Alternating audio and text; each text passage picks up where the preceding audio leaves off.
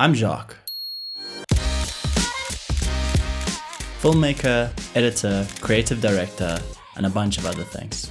And this channel is where I try to figure out what happens when you tell stories that actually mean something. This isn't about trends, gear reviews, or flashy edits. It's about a process. It's about emotional clarity. And it's about using systems to bring more soul into the work, not less. Each week, I'll break down one idea, one moment, or one system that helps you turn your raw thoughts into something real. Something that moves. Because at the end of the day, a frame is just a frame until you feel it. Welcome to Frame by Feel. This episode isn't about editing as a technique. It's about editing as a way of holding emotion, designing not just what we see, but how it lands. It's not a note or a client request, a missed beat. It's something else. Cut here, fade there, follow the brief, or hit the beat. What you're building isn't a cut, it's a space, and that structure matters. It all started with an interview. Not a big one with a celebrity or something like that. Just a quiet voice in a room. The brief said to open with their name and role. It was clean, professional, and the right thing to do for the most part. But something felt wrong. I watched the raw footage again, and there was a breath. Right before they spoke. A flicker of hesitation. A shift in posture. And that moment said more about their personality than any title card could have. So I pulled the name, cut the intro, and started instead with the pause. Suddenly, they were human. Not just a character, not a talking head, just someone holding something tender. That's when it cracked open for me. The job isn't always to explain who someone is. It's to let us feel them first. Because once we feel them, we care. And once we care, we listen. And that changed everything. I stopped treating the beginning as a place for credentials and started seeing it as a threshold. Because the start of a piece isn't where we explain. It's where we invite. When we front load identity, name, title, expertise, we ask the viewer to judge. But when we start with a movement, a breath, a pause, or a feeling, we ask them to lean in. That's structure doing emotional work.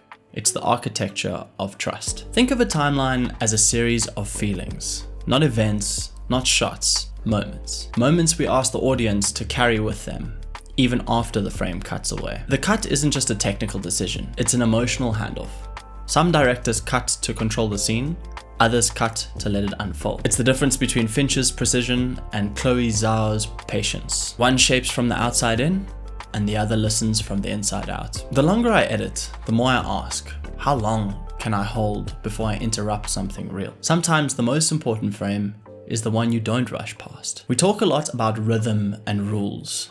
The clean cut, the well-timed fade, the story arc. But what if structure wasn't about the polish? What if it was about presence? Structure, at its best, doesn't decorate emotion. It protects it. Because different stories need different shapes to hold them. A cathedral holds silence. A jazz bar holds tension. A hospital corridor holds time. Each one asks something different of you. One quiets you down, one pulls you forward, one slows you to a standstill. And when we edit, we're doing the same thing, even if we don't realize it. Some pieces ask for tight framing, clear rhythm, clean logic. Others need drift, breath, space to wonder. The mistake is assuming every story wants the same walls. I saw this play out clearly with a project called The State of the Arts, which focused on the dramatic shift in the music industry during the lockdown period.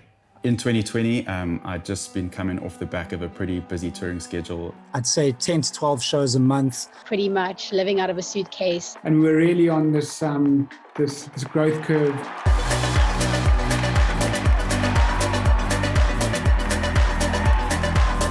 We had sort of heard ramblings of, coronavirus. China has identified the cause of the mysterious pneumonia outbreak in Wuhan city. What happens when this comes to us and all of a sudden we're not working? What replaces that purpose? What replaces that meaning that music brings to somebody that is prepared to sacrifice so much to just pursue a dream?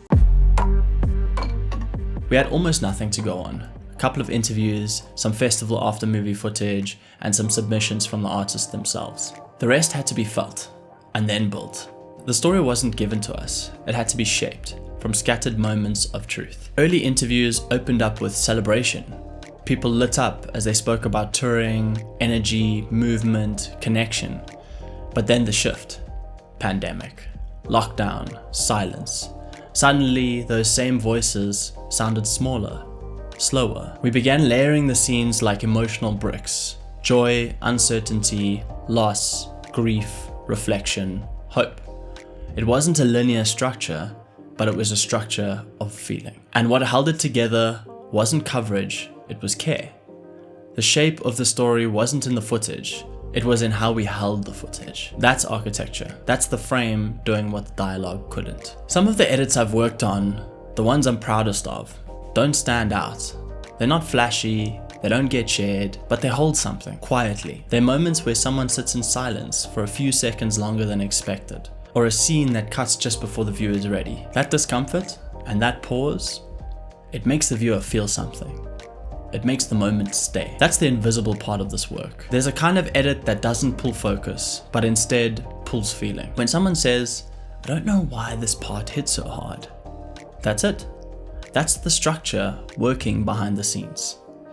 We don't talk about this part of the process enough because it's hard to explain. You don't get client notes on intuition, and no one briefs you on how long a pause should hold. But we know, in the room, in the gut, in the breath before the line lands.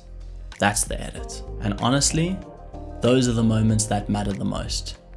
Not the fastest cut, the best grade, or the best retention edit.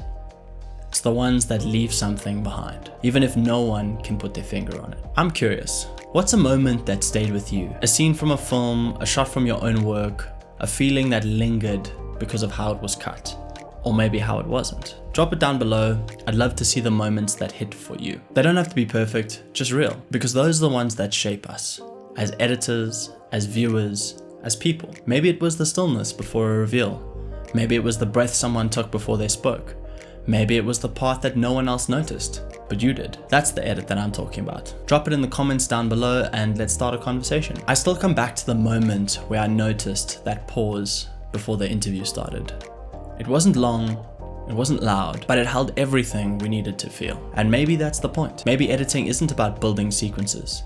It's about building containers, places where something human can settle. So if you ever sat with a cut that didn't quite make sense on paper, but felt right in your chest, trust that. That's architecture. And that's the frame I keep coming back to. Thank you to everyone who stuck around till the end of this video. I'm having a lot of fun creating content again. If you like what you're seeing here, drop a comment down below. Don't forget to like and subscribe, and I will catch you in the next video.